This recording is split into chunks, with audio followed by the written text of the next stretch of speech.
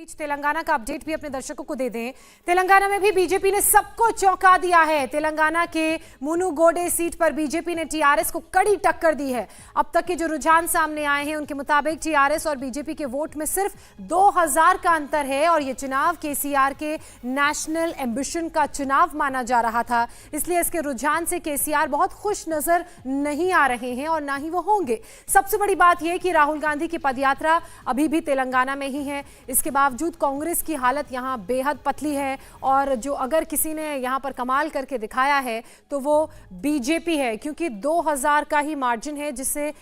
BJP यहां पर पीछे है। और सुरेखा लगातार हमारे साथ बनी हुई भी है। सुरेखा, हमने आपसे पहले भी बात की थी, तब बीजेपी के नेता तमाम गंभीर आरोप वहां पर केसीआर की पार्टी और कांग्रेस पर लगा रहे थे, लेकिन जो अभी बीजेपी के लिए अच्छी खबर है वो ये कि जो वोट डिफरेंस है, जो मार्जिन है, वो सिर्फ 2000 का।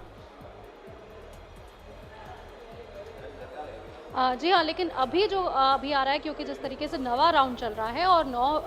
इस 9th राउंड में कहा जा सकता है कि करीब 3000 के पार, यानी कि लगभग 4000 का डिफरेंस दिख रहा है और टीआरएस आगे चल रही है। लेकिन यहाँ पर दो चीज़ें हैं जो समझनी होगी कि टीआरएस के लिए कितना अहम ये उपचुनाव रहा कि उनके सभी विधायक जो है, सारे के सारे विधायक मुनुगोडू में थे और यहाँ तक कि उनके मंत्री सभी जो है मुनुगोडू में 1 महीने से डेरा डाले बैठे थे। जगह नहीं थी, लेकिन फिर भी जो है वहाँ पर सभी लोग वहां पर मौजूद थे। हर एक गांव का उन्होंने बंटवारा किया था, जिसमें ताकि हर एक विधायक या मंत्री जो है वो उस गांव में मौजूद रहे पूरे 1 महीने तक। तो एक तरीके से उनके लिए आर या पार की लड़ाई है, क्योंकि जिस तरीके से केसीआर अब जो है टीआरएस से लेकर बीआरएस यानी कि भारत राष्ट्र समिति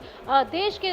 एक बड़े पार्टी के तौर पर उभरना चाहते हैं, तो उनके लिए ये बहुत ज़रूरी था कि किसी भी तरीके से जो है वो जीते। जबकि दूसरी तरफ हम देखते हैं कि जहाँ पर केसीआर बार बार ये कह रहे थे या फिर टीआरएस कह रही थी कि उनके लिए कोई विपक्षी पार्टी है ही नहीं, तो ऐसी स्थिति में जहां पर इतनी बड़ी टक्कर जो है बीजेपी से उनको मिल रही थी और ये कहीं ना कहीं डर भी सता रहा था कि कहीं अगर तीसरी बार भी लगातार जो है अगर वो बीजेपी यहाँ का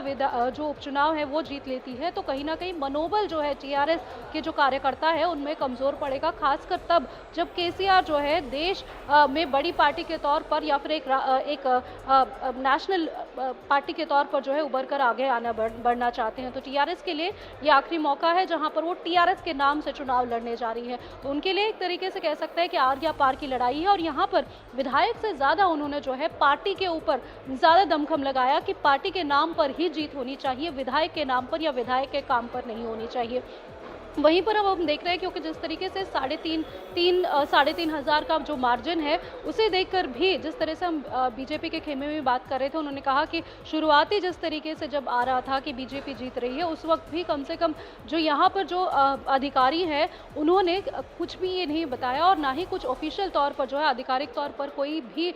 खबर दी कि आखिरकार कौन आगे चल रहा है। लेकिन अब धीरे धीरे जिस तरीके से चाहे वो किशन रेड्डी का फोन जाता है अधिकारी को या फिर बीजेपी की तरफ से या फिर यहाँ तक कि जो मीडिया कर्मी मौजूद हैं। इंडिया टीवी हर वक्त हर जगह डाउनलोड करने के लिए सर्च करें India TV news Google play store या ऐप स्टोर पर।